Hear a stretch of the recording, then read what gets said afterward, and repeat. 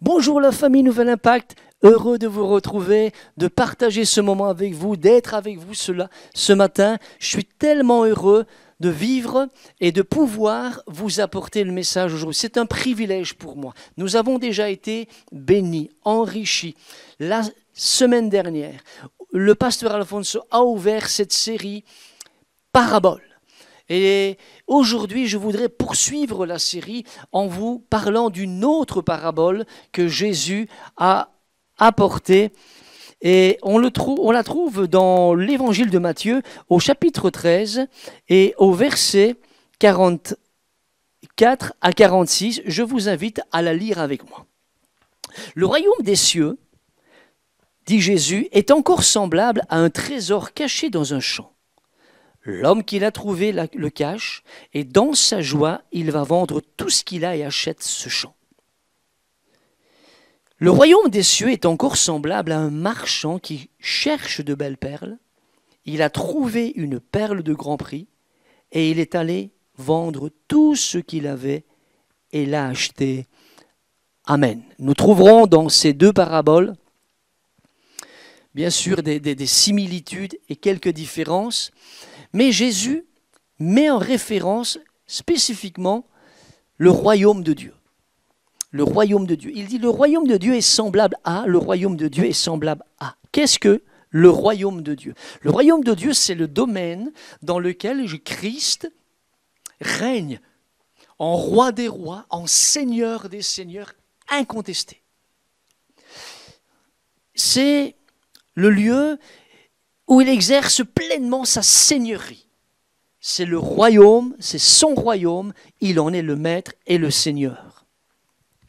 Et entrer dans le royaume, c'est entrer dans la vie éternelle. C'est une sphère de salut. Alors, on a posé la question à Jésus, mais quand viendra ton royaume ? Et Jésus a répondu à cette question, on le lit aussi dans l'évangile de Luc, on va le lire ensemble d'ailleurs, l'évangile de Luc chapitre 17 verset 20. Les pharisiens demandèrent à Jésus, quand viendrait le royaume de Dieu ? Il leur répondit, le royaume de Dieu ne vient pas de manière à frapper les regards. On ne le dira pas, il est ici ou il est là, car voici le royaume de Dieu est au milieu de vous. Amen. Déjà dans cette lecture, on comprend que Jésus est en train de faire comprendre que son royaume est intangible, que son royaume est invisible. Pourtant, Jésus est en train de dire, il est au milieu de vous. Ça ne veut pas dire qu'il n'existe pas. Il est là, mais vous ne pouvez pas le voir. Son royaume ne vient pas non plus d'une manière à frapper les regards. On ne dira pas, il est ici, il est là, dit Jésus.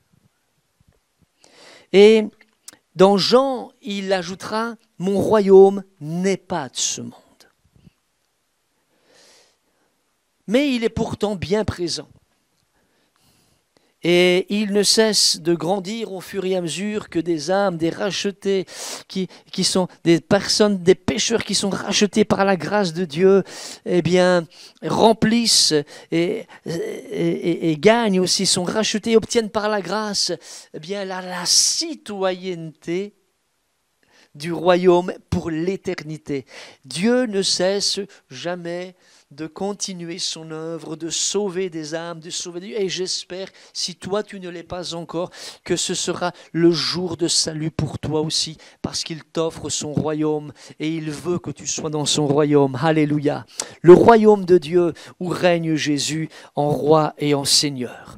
Personne, bien sûr, ne peut payer le billet d'entrée du royaume.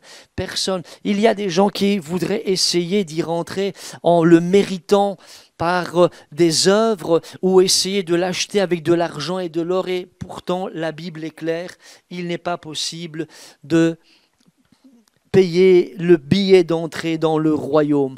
Comment faire alors? Nous le lisons dans 1 Pierre chapitre 1 verset 18. C'est important que nous le lisions et que vous le compreniez aussi, amis qui êtes là et qui nous écoutez aujourd'hui. 1 Pierre chapitre 1 verset 18 dit ceci.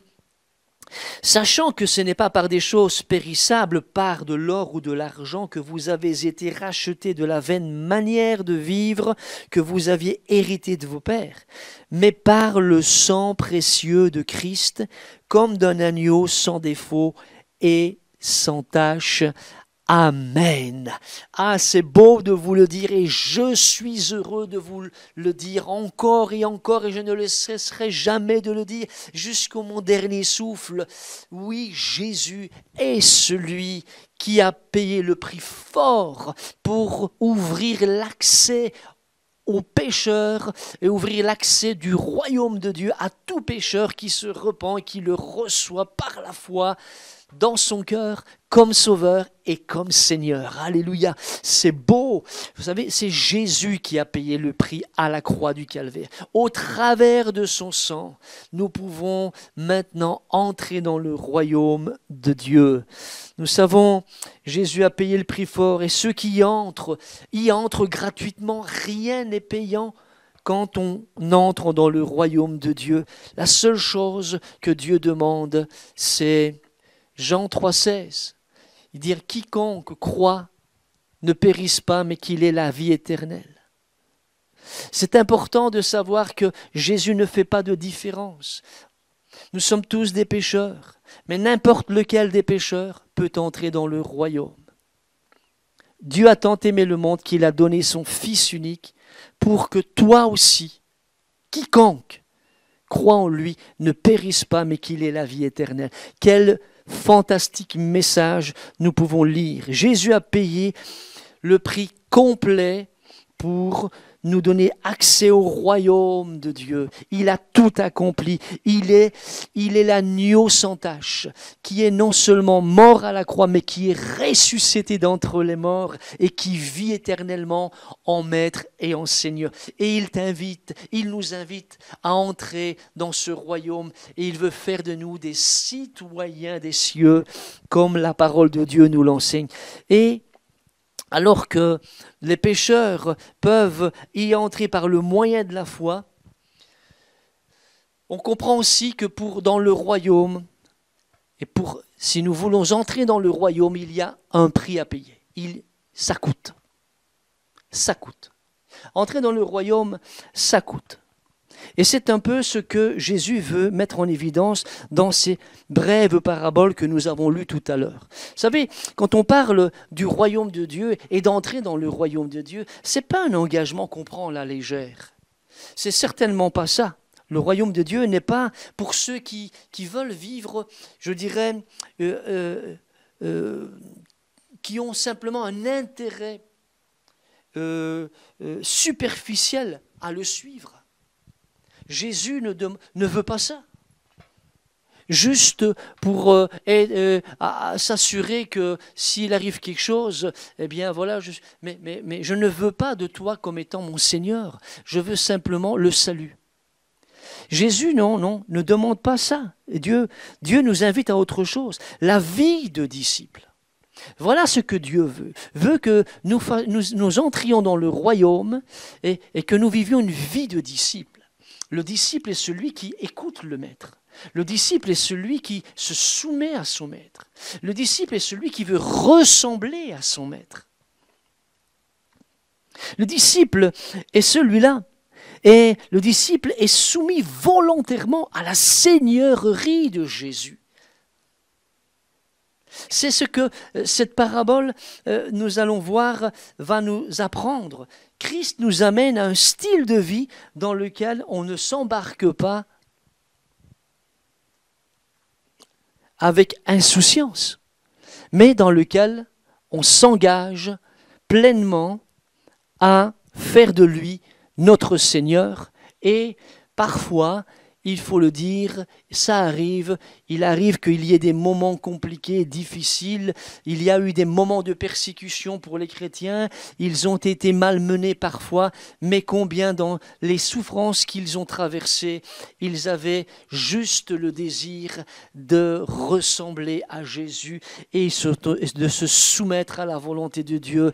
Ils n'ont pas perdu leur foi, ils n'ont pas perdu leur joie, ils n'ont pas perdu leur zèle, parce que Jésus était avec eux et ils ont vécu comme des vrais disciples de Jésus-Christ. Amen. Alléluia. Il arrivera aussi que dans nos vies, ces choses arrivent, n'est-ce pas? Mais combien nous avons aussi traversé nos épreuves, ou nous les traversons actuellement, mais nous restons fidèles à Dieu, nous lui faisons confiance, nous continuons à lui obéir, et nous le louons et l'adorons encore et encore. C'est ce que je vois dans la parabole des trésors cachés. Dans le trésor caché, ça évoque une scène familière certainement pour ceux qui sont là, parce que, vous savez, quand on voit dans cette parabole que cet homme qui trouve le trésor vend tout ce qu'il possède et puis il achète le champ où il y a ce trésor qu'il a vu et qu'il a de nouveau caché. Et je vois dans cette parabole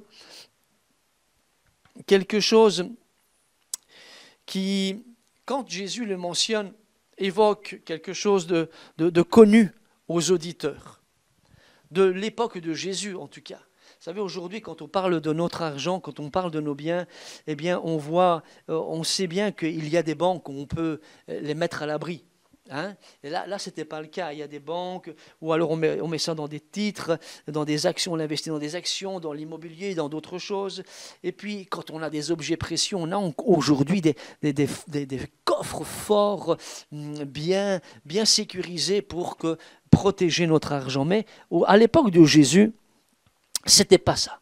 À l'époque de Jésus, quand on avait un peu d'argent, eh bien, en général, on investissait ça dans l'achat de terres ou de biens, et ceux qui étaient très riches et qui avaient des pièces et des bijoux, eh bien, n'avaient pas d'endroit vraiment où ils pouvaient mettre leur argent, ou leurs biens plutôt, leurs biens, leurs sous et leurs richesses.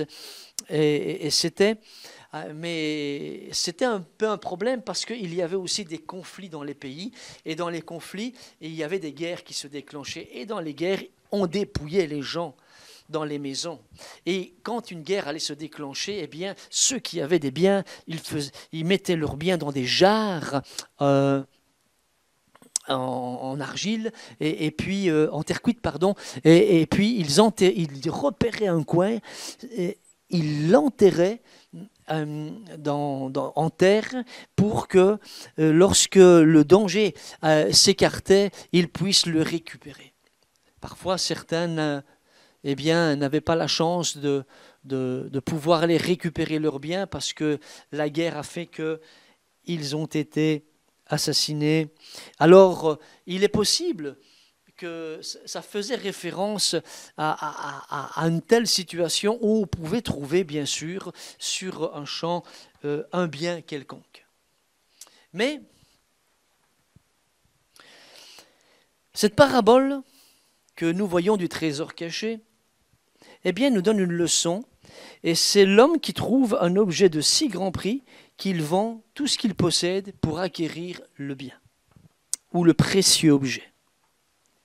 Et c'est ce qu'on voit aussi avec la parabole de la perle de grand prix.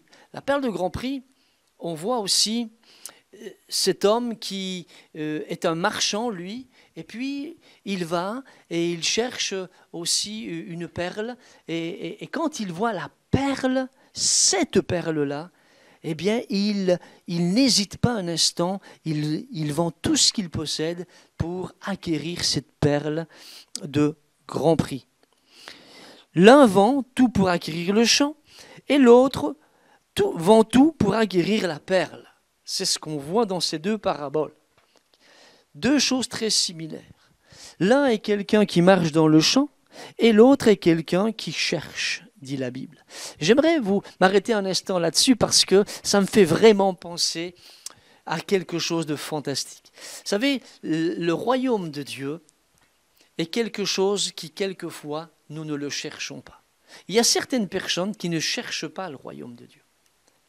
Il y a des personnes à qui ça vient comme ça. C'est un petit peu mon cas. Moi, je ne cherchais pas Dieu, je ne connaissais pas Dieu, je ne connaissais pas l'Évangile. Et cependant, j'ai eu la chance d'être invité et de pouvoir entendre parler du message de l'Évangile. Jusqu'au jour où j'ai reçu le message de l'Évangile dans mon cœur, sans le chercher vraiment.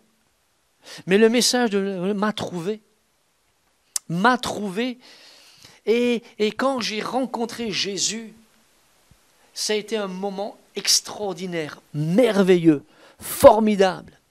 Comme il y a des gens qui, eux, cherchent, sont allés dans plusieurs endroits, essayant de pouvoir trouver quelque chose qui puisse satisfaire. Ils sont en quête de vérité. Ils cherchent Dieu de tout leur cœur. Et puis, ils arrivent à l'église Nouvel Impact. Et là, ils entendent le message de l'Évangile. Ils entendent parler de l'amour de Dieu. Et le Saint-Esprit les saisit. Et puis là, ils sont touchés par l'amour de Dieu et donnent leur vie au Seigneur et deviennent eux aussi des disciples pour Jésus, faisant de lui leur sauveur mais aussi leur Seigneur. Oh, il y a les uns qui sont sur le champ, ils trouvent, et puis il y a les autres qui cherchent. Mais dans tout cela, il y a aussi le plan de Dieu qui s'est dessiné, pour l'un comme pour l'autre. Rien n'échappe à Dieu. Tout a été programmé par Dieu pour que tu puisses trouver le royaume. Alléluia. C'est la bonne nouvelle que je veux t'annoncer. La perle de grand prix. Comment comprendre le geste et la détermination de ces deux hommes? Il y a des choses qui sont un peu étranges dans ce que nous lisons dans ces paraboles. Je vais vous le dire pourquoi. Comment est-ce qu'ils ont fait pour découvrir que ce bien qu'ils ont trouvé a un prix, une valeur inestimable? Ça me fait vraiment penser le jour, justement, où nous rencontrons Jésus. Quand on rencontre Jésus dans sa vie, il y a des choses qu'on ne peut pas toujours dire, comprendre et expliquer. Mais on saisit des choses grâce au Saint-Esprit qui nous les révèle. Quand je me suis converti, et que j'ai donné ma vie à Jésus, que j'ai rencontré Jésus et que j'ai reçu son pardon, j'ai compris ce jour-là que quelque chose s'était produit dans mon cœur et qui allait changer toute mon existence. Mais j'avais aussi compris la richesse, l'inégalité de cette richesse que je venais de découvrir par rapport à toutes celles que j'avais connues dans ce monde. Lui, Jésus est devenu quelqu'un de formidable, d'infiniment plus grand que tout ce que j'avais pu comprendre et recevoir jusque-là. C'était vraiment, je comprenais que le Jésus, son pardon, son amour et son royaume étaient bien plus grands que tout ce que je pouvais connaître ou posséder. Je ne possédais pas grand-chose. J'avais simplement une vie médiocre. Mais Jésus est venu enrichir ma vie. Alléluia. Et je crois vraiment que c'est le cas lorsque nous voyons dans la parole de Dieu que ces deux hommes ont fait ce qu'ils ont fait sans hésitation. Il faut vraiment se dire qu'ils ont compris la valeur et le prix et la valeur de l'objet qu'ils ont trouvé était inestimable, était bien infiniment plus grand que tout ce qu'ils pouvaient posséder. Quand tu rencontres Jésus, c'est vraiment ce que tu découvres. Jésus n'est pas un personnage ordinaire. Jésus est la vie, il est le chemin. Il est celui qui peut te combler dans tous les domaines de ton cœur, de ta vie, de tes pensées. Jésus est tout. Jésus est le Seigneur des seigneurs et le Roi des rois. Il est le Sauveur aussi de ton âme et il est celui qui t'offre un trésor. Il t'invite à son royaume et le trésor qu'il t'offre a une valeur éternelle. Les deux hommes ont découvert et compris la valeur inestimable du bien. En Corinthiens 2,9, il y a là une révélation. il y a une révélation dans le cœur de ces, comme il y a une révélation dans notre cœur. Et je prie pour qu'il y ait une révélation dans le vôtre ce matin, dans le vôtre, si vous ne l'avez pas encore découvert. En effet, le livre saint dit, dans 1 Corinthiens 2, nous lisons, il y a des choses que les yeux ne voient pas, les oreilles ne les entendent pas, les êtres humains n'y ont jamais pensé. Et c'est à nous que Dieu les a fait connaître par l'Esprit Saint. Nous n'avons pas l'esprit du monde. Nous avons reçu l'Esprit qui vient de Dieu. Alors nous pouvons reconnaître les dons que Dieu nous a faits. Amen. Nous ne les reconnaissons pas seulement, mais nous en comprenons la valeur inestimable. Et c'est important de comprendre que là, il y a un secret. Quand ils ont vu l'objet et la valeur, et cerné, discerné, compris la valeur de l'objet, le comprendre de cette manière aussi vite a demandé une révélation. C'est le Saint-Esprit qui nous révèle la grandeur et la valeur inestimable du royaume. Et il y a forcément un secret pour comprendre ce qu'il s'est passé, ce qu'il s'est produit dans le cœur de ces personnes au moment où ils rencontrent cet objet de valeur. Imaginez que je reçois un héritage, que je suis à la maison, qu'on vient de sonner à ma porte, qu'on vient de me dire « Monsieur, je vous annonce que vous avez un cousin, Émile, qui vous a laissé un héritage de 200 millions d'euros. » Là, je vais bégayer. Là, je vais bégayer. Ça ne va pas le faire. Là, je vais trembler. Je vais dire vite à ma femme. Je n'aurai même pas la voix pour l'appeler, d'ailleurs. Non, 200 000 euros, vous voulez dire. Non, 200 millions d'euros, monsieur Martinez. Et puis, je vais perdre le nord, je vais perdre mes moyens. Je vais perdre mes moyens. Je ne vais pas en revenir. Vous imaginez, cher cousin, que je t'aime.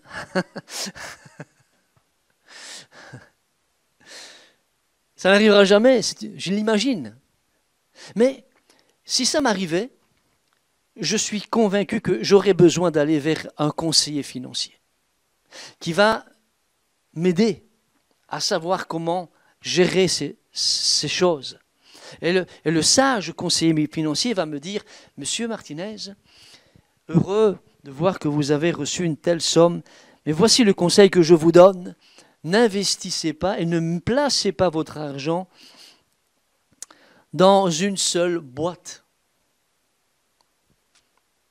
mais plutôt diversifiez vos opérations financières.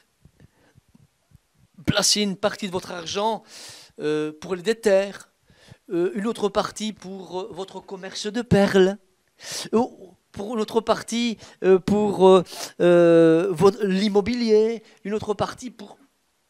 Il va commencer à me dire, il vaut mieux. Pourquoi va-t-il me dire ça? Mais il va me dire ça parce que... Il va me dire, mais monsieur Martinez, je vous dis ça parce que si dans l'immobilier, il y a une baisse importante et que ça risque de faire faillite, au moins, vous pouvez continuer à garder une partie de votre argent ou rebondir pour ne pas perdre toute votre fortune. Si vous investissez tout dans un même pot, s'il y a un souci, s'il y a un problème, et puis vous risquez de tout perdre. Voilà pourquoi nous vous conseillons ça. Par contre, je lis dans les paraboles que nous venons de lire que ces deux personnes que Jésus mentionne font exactement le contraire que le sage financier me rapporte à l'instant où je vous parle.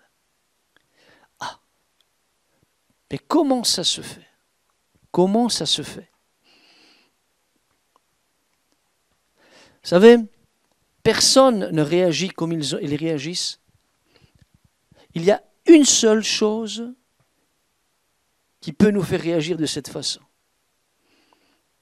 Capable de tout vendre pour s'acquérir de cette perle ou de ce trésor, de ce champ, et le trésor qui est dans le champ, eh bien, c'est quand on est sûr, certain, que la valeur de ce trésor est une valeur sûre. Dans tout ce que je vous ai mentionné, l'immobilier, le commerce de perles, tout peut avoir un moment ou l'autre, tout peut s'effondrer. Mais quand tu investis pour les choses spirituelles, quand tu investis dans le royaume de Dieu, quand tu investis dans le salut de Dieu, eh bien rien ne peut atteindre le royaume. C'est une valeur inestimable, mais il y a une teneur aussi inébranlable, impérissable, éternelle, et seul Dieu peut offrir cette valeur à ce qu'il t'offre. Le salut, eh bien, et le ciel, le royaume de Dieu est un royaume éternel, impérissable et inébranlable. Et quand tu sais ça, eh bien, tu sais que tu investis et que tu offres, tu abandonnes tout ce qui est autour de toi parce que tu l'investis non pas pour t'appauvrir, mais pour t'enrichir. Dieu ne t'appauvrit pas, Dieu t'enrichit et m'enrichit. Alléluia, quelle grâce et quelle bénédiction. On voit qu'il y a là vraiment la révélation de la valeur et aussi de la teneur de ce qu'il possède.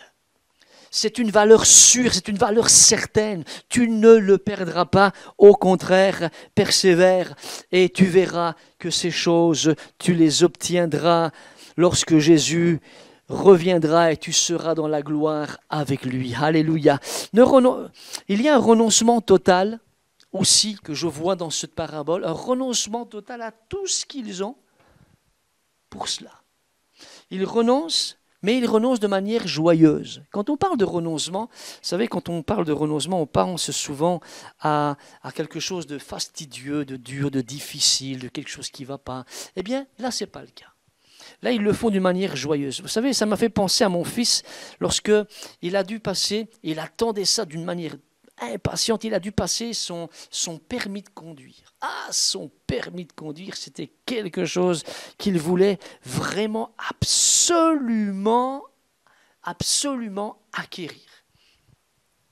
Et le jour où il a eu l'âge de pouvoir passer son permis théorique, eh bien, les quelques jours avant, j'ai vu mon fils filer dans les cahiers de l'auto-école, l'autosécurité, et puis il a commencé à lire tous les panneaux, et il faisait ça tous les jours, inhabituel. Ne demandez pas à Jordan de lire un livre de 100. Il ne fallait pas lui demander ça. Il n'aurait jamais ouvert un livre. Mais ce jour-là, quand je l'ai vu, il y a eu comme une transformation, un changement. Il a commencé à lire vraiment tous les bouquins, à faire tous les exercices, différents exercices de l'auto-école pour voir s'il répondait bien aux réponses et avoir les points nécessaires pour réussir. Et il a fait ça pendant toute la semaine. Oh! J'étais vraiment surpris. Pourtant, c'est le moment d'habitude où il allait soit s'allonger au fauteuil, ou alors il allait voir un copain, ou alors il regardait la télé. Mais pendant ce moment, ça a été un moment où Jordan n'était plus le même. Il a renoncé à la télé. Il a renoncé à voir les copains, il a renoncé à sa sieste, mais il bossait, il travaillait. Et puis, il a décidé de passer son permis le jour de son anniversaire, parce qu'il voulait fêter ça avec nous. Alors, on est allé à l'autosécurité, il passe son examen, et je ne sais pas trop ce qui se passe. Et puis, mon fils m'annonce qu'il a raté l'examen d'un point. Oh là là! C'était le jour de son anniversaire. Ne faites jamais ça. C'était censé être un jour de joie, mais c'est devenu un jour de deuil. Ah là là! Mais ce qu'il ne m'avait pas dit, c'est que quand il était là en train de passer son examen et qu'il s'est aperçu qu'il lui manquait un petit point pour réussir, il est allé trouver la dame qui faisait l'examen et il a joué sa dernière carte. Il est allé la trouver pour lui dire « Madame, j'ai raté l'examen d'1 point. » Elle dit « Ah, je suis désolé, mon garçon. » Et puis, il dit « Oui, mais madame, aujourd'hui c'est mon anniversaire. Oh, faites-moi la faveur, donnez-moi ce point, s'il vous plaît, qu'il me manque. Laissez-moi posséder, vraiment, réussir ma théorie. » Ah non, je ne peux pas faire. S'il vous plaît, c'est mon anniversaire, madame. Et vous imaginez bien la dame. Elle a dit, non, n'essaye pas de m'avoir. Il a essayé de négocier le coup. Hein. Jordan, encore aujourd'hui. Oui, c'est comme ça. Alors, qu'est-ce que je veux dire par là? Rien n'avait plus d'importance et de valeur que d'accomplir son permis, d'acquérir son permis. Quand quelque chose a une valeur telle et un comparé inestimable à tes yeux, le fait de renoncer à quelque chose ne devient pas non plus fastidieux. Et même quand tu y renonces, tu n'y renonces pas en te disant « Ah, ça fait mal, c'est difficile, c'est dur ». Tu y renonces avec joie parce que tu as trouvé mieux, tu as trouvé plus grand. Et tu ne veux pas continuer à vivre dans une vie de péché comme tu vivais autrefois. Mais maintenant, tu es entré dans la nouvelle vie avec Jésus. Et c'est vraiment l'effet de la nouvelle naissance. Quand on naît de nouveau, qu'on reçoit Jésus et qu'on reçoit l'Esprit de Dieu dans sa vie, eh bien, on se détourne de choses qui ne glorifient pas Dieu. On se détourne du péché. On se détourne de ce qui nuit à notre âme pour aimer Jésus et faire de lui notre Seigneur. Alléluia. Non, ce n'est pas pénible. Ils ne perdent rien, mais ils s'acquièrent finalement, au contraire, une richesse plus grande et plus importante que tout ce qu'ils peuvent posséder dans ce monde. Ne voyez pas les choses comme nous appauvrissant, mais nous sommes en train de nous enrichir dans la grâce de Dieu. Alléluia. Le peuple d'Égypte, lui, a vu les choses autrement. C'est l'image de ceux qui ont un intérêt superficiel. Vous savez, ils sont d'accord d'être délivrés de la servitude et de l'esclavage, comme ça a été le cas pour le peuple d'Israël. Et puis, la Bible nous montre que plus tard, alors qu'ils sont délivrés de la servitude, ils refusent d'obéir. Ils refusent de faire de Dieu leur Seigneur. Et ils murmurent, ils se plaignent et leurs yeux retournent vers ce qu'ils ont laissé en arrière, c'est-à-dire l'Égypte. Ils réclament encore des choses de l'Égypte. Il y a des choses qui ne vont plus dans leur vie, dans leur cœur. Ils sont en train de construire comme ils l'ont fait. Et quand on est dans cet état, dans l'intérêt superficiel des choses avec Dieu, eh bien, on finit par construire aussi des faux dieux que nous regardons, que nous vénérons plus que Dieu. Dieu n'a plus de place, nous ne laissons plus de place à Dieu, mais nous laissons d'autres choses prendre la place de Dieu.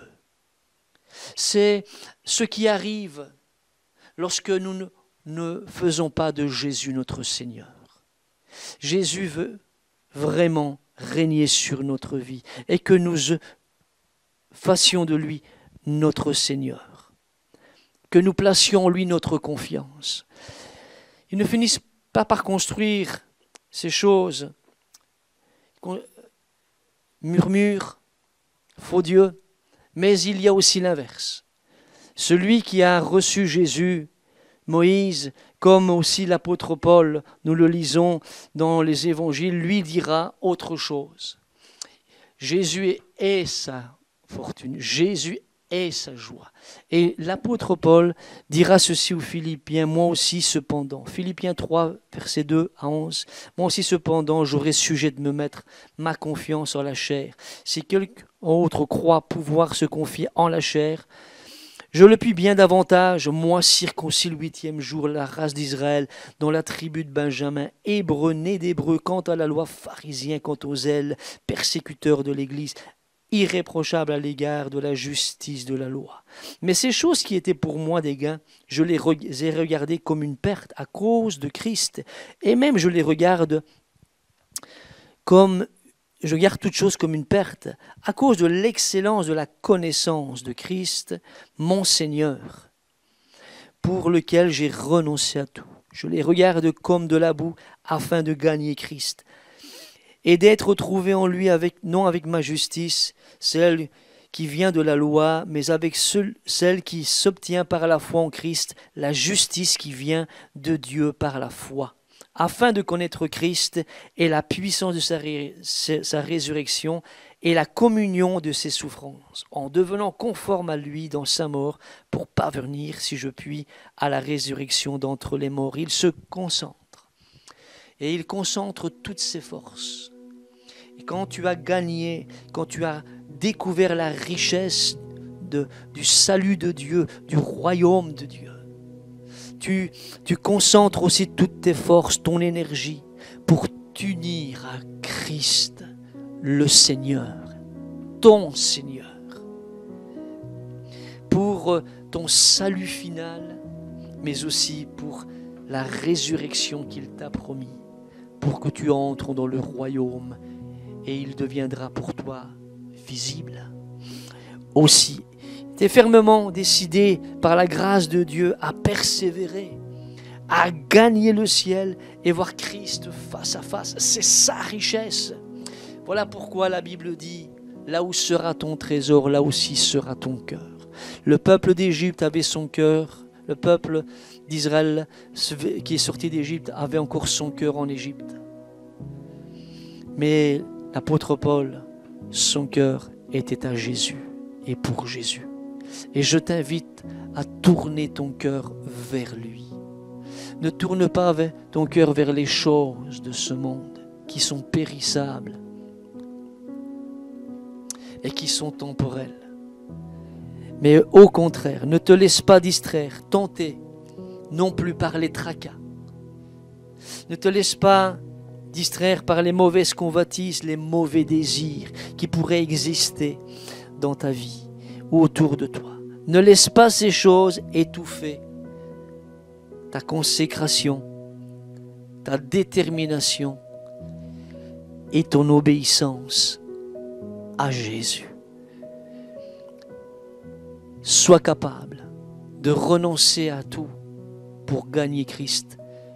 L'apôtre Paul, ça n'a pas été quelque chose dont il a souffert, et quand il en parle et qu'il parle de Jésus, il ne regrette certainement pas son passé et de là où il vient, ce qu'il semble avoir perdu, parce qu'il finalement, il a compris qu'il s'est enrichi et qu'il va vraiment vers une richesse supérieure, comme on le dit au sujet de Moïse, qui dira qu'il a regardé l'opprobre de Christ comme une richesse supérieure à toute celle de l'Égypte.